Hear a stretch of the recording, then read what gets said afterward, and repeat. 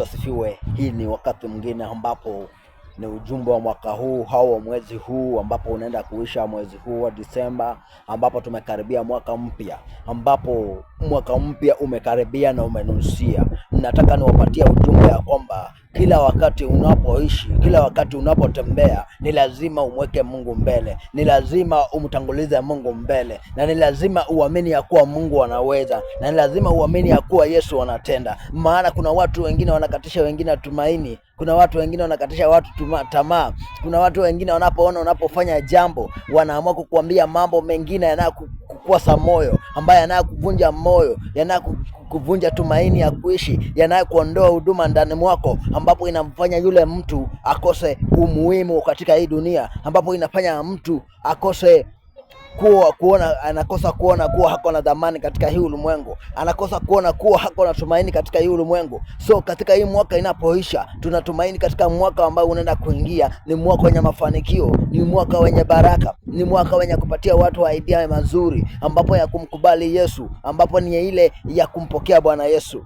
ambaye aliyetuweka katika hii dunia. Maana katika hii dunia kuna changamoto. Leo tunaishi, kesho kuna kufariki, kisha kuna kuzikwa kuweka kwenye mchanga na kusaulika. Lakini wakati unampokea huyu Bwana Yesu, hakuna siku utasaulika. Wakati unamwamini huyu Yesu, hakuna siku utasaulika.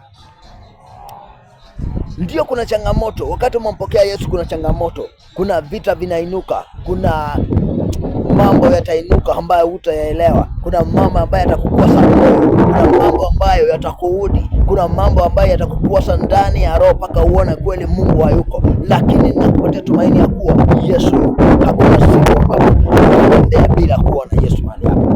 Hakuna siku utakanyaga kila hatua bila kuwa na Yesu mahali hapo. Kwa kila jambo na kila hatua ambayo unasafiri, kwa kila hatua unayofanya, kwa kila jambo unayotekeleza, Yesu yuko na wewe.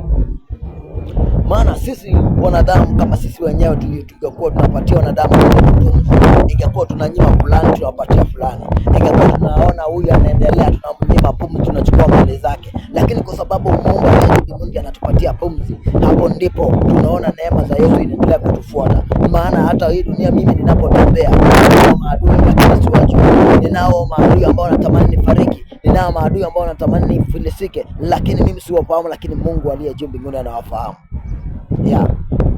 Hata leo ukinichukia, bado mimi kesho nitaishi. Leo ukinipiga vita, bado kesho Yesu bado atanipigania. So katika hii dunia ni kila mtu aweke umuhimu wake mbele za Mungu. Mimi siwezi sema hivi ili wewe unisifu au unipiganie au useme ni mzuri, maongezi yake ni mazuri. Hakuna siku mimi nikiwa mbaya kwako, kuna mahali kwingine maybe mimi ni mzuri kwa mtu. Ukiwa unanichukia leo, kuna mahali mimi nitapendwa. So kila mtu ako na dhamani yake na umuhimu wake katika hii ulimwengu. Na zaidi ya yote, ukiwa katika hii ulimwengu, muamini Yesu, mpokee Yesu, maana Yesu atakuvusha kwa kila jambo. Yesu atakulinda kwa kila jambo, iwe makubwa, iwe madogo, Yesu atakuvusha.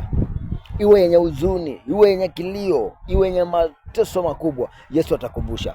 Usiwahi kata tamaa, usiwahi give up katika maisha. Muamini Yesu, atakusaidia.